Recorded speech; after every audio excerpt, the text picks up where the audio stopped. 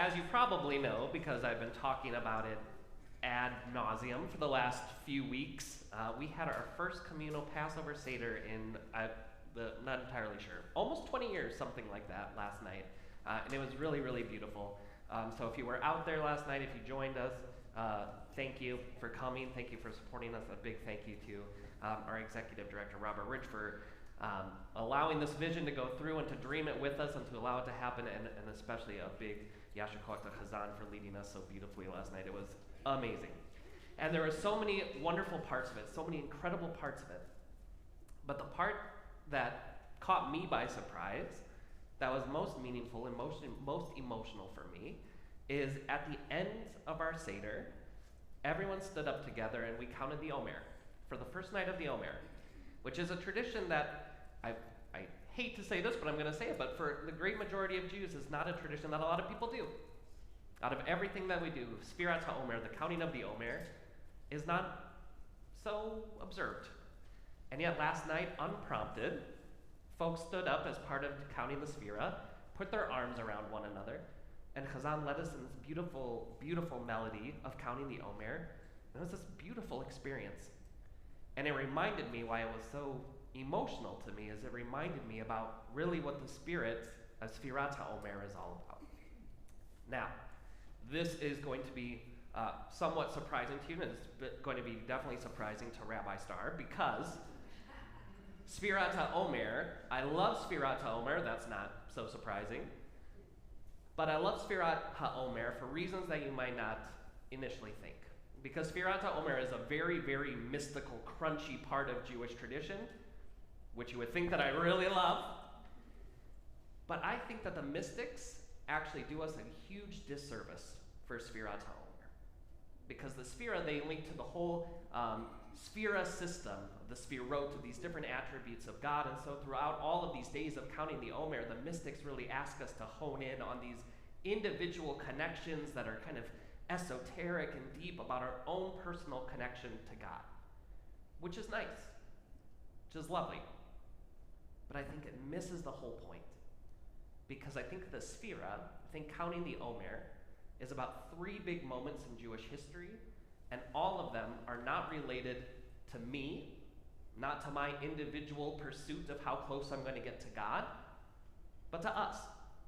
3 big communal aspects of counting the Omer. And I think that if we forget about the communal aspect of what the Sfira is, then we miss the whole point entirely. So I want to run through these things quickly. I need to admit, I had a source sheet. I left it in Mitzrayim. I left it in Egypt. I have no idea where it is. But of all the printings I've been doing before Pesach, it's somewhere. But we can go through these things together. So I want to go through it chronologically. First and foremost, the counting of the Omer was connected to the agricultural cycle. And Passover, and starting in the second night of Passover, we begin counting the barley harvest. And then we work our way up all the way up till Shavuot, which is the wheat harvest. It is, to our biblical ancestors, the most important time of the entire year, because the sustenance of the entire year is right now. In Eretz Yisrael, if there's enough water to get a barley harvest and a wheat harvest, it says how good the agricultural year is going to be for the year to come, if there's going to be enough food for the land.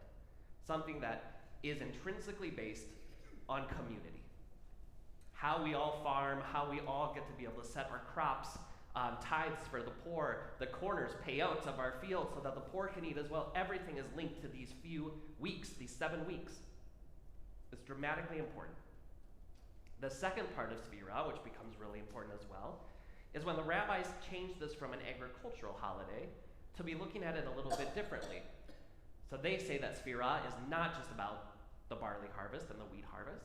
It's about going from Exodus, it's about going from the Egyptian narrative to what happens on Shavuot? Torah, the receiving of Torah at Sinai, which again is a communal event. It's not like each and every individual Jew gets to go up to Sinai and say, okay, I'll take it, right? It talks about how the entire people of Israel, what's that? Naseh v'nishma. We will do and we will hear, we will listen. It is a communal event par excellence in Jewish history. This is what we do.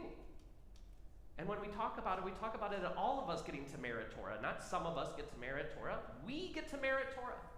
And our rabbis talk about this as saying, here's we start working our way up to Torah so that we can focus on not just ourselves, but our community, so that we get to merit Torah on Shavuot. And now the third part of this, which is the most controversial and the most complicated part of this, is that the beginning of the Sphira, not right now because we're in Chag, and then we're going to be in Chol Hamoed, and then we're going to be in Chag, but once we get out of Chag, the complicated part is that when we enter that part of Sphira, it's a time of mourning. Anyone remember why we mourn up until Lag BaOmer, why we don't cut our hair, why we don't shave our beards? Anyone remember? Rabbi Akiva and the plague. All right, so I'm going to take exception to the second part, but the first part is spot on. Rabbi Akiva.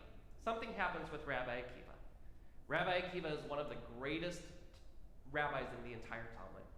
The brilliant man who comes to Torah later on in life and then has some of the best students, but has some of the most respected Torah out of all of the rabbis. And it says in Masechet Yevamot, it says in the Talmud, that Rabbi Akiva had 12,000 pairs of students. And from this period in the Omer all the way up until Lag BaOmer, the 33rd of the Omer, those 12,000 pairs of students, so 24,000 individuals, died. Now in the Gemara itself, it says exactly what Jimmy said. It said that there was some kind of illness or plague or affliction that took hold of them, that caused them to die.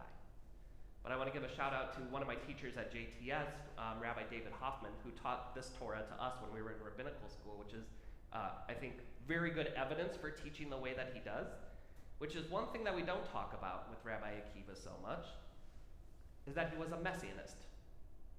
He followed a Mashiach. He followed a Messiah.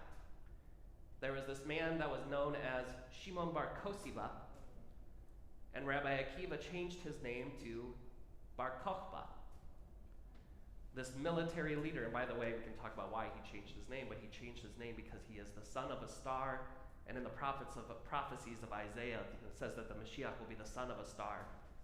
So Akiva says, there we go. I didn't even think about that. That was beautifully set up. I've got to rethink this whole thing. So Rabbi Akiva says, no, don't read his name as Bar Kosiba. Read his name as Bar Kokhba, which is the Aramaic word for star. And so Rabbi Akiva follows in the footsteps of Bar Kokhba and even goes in the Gemara and convinces the other rabbis, this is Mashiach. This is our Redeemer. This is the person who's going to lead us to freedom. And they say, you're wrong. It's good to fight for what you believe in. You need to fight for what you believe in, but this person isn't Mashiach. You'll know when Mashiach comes, and this is not it. And so my teacher, Rabbi David Hoffman, at JTS says, the plague that consumed these students wasn't a sickness that was killing them. It was Rabbi Akiva telling his students to go fight for Bar Kokhba and saying, this is Mashiach, and we have to go fight. Which is 24,000 students of Rabbi Akiva who died fighting for Bar Kokhba.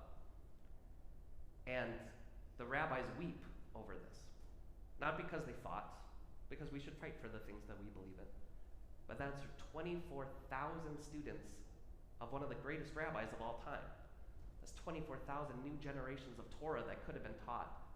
And our rabbis say, if you want to see how the Mashiach could have come, it probably would have been through 24,000 students of Rabbi Akiva. That's how good his Torah was. So when we think about this, the sadness of Sphira is that we weren't working together, is that we weren't thinking about what it means to be united. We were giving up our hope for one individual who was supposed to save all of us, but that's not how this works. That's not what Jewish tradition is all about. Even with the idea of the Mashiach is that we merit Mashiach coming. Right? The rabbis tell us that all of us, if we all kept Shabbos one time together, Mashiach would come. But the hope, the dream, is that we first figure out the first part, that we all have to do it together. So last night I was moved almost to tears when we were standing up and counting Sphira together, because there was something so powerful about 200 people in a room counting the Omer, and also knowing that in Israel, in South America, in Europe, Jews all over the world were standing up and counting the Omer. And that it wasn't about how this aspect of God touches this aspect of God and how can I get closer to God. But it was about all of us working our way to Torah, working our way to redemption, working our way to merit what it means to be part of family. So we started last night, which means we have quite a few days left to go. And I want to challenge you and challenge all of us to count this year.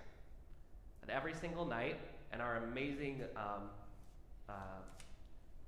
marketing rep, Daniel Allen, has been putting together these incredible graphics for getting counting in the Omer ready. So if you want to sign on to our Facebook or our Instagram, you'll see graphics each and every night for counting the Omer. But I'll encourage you to count.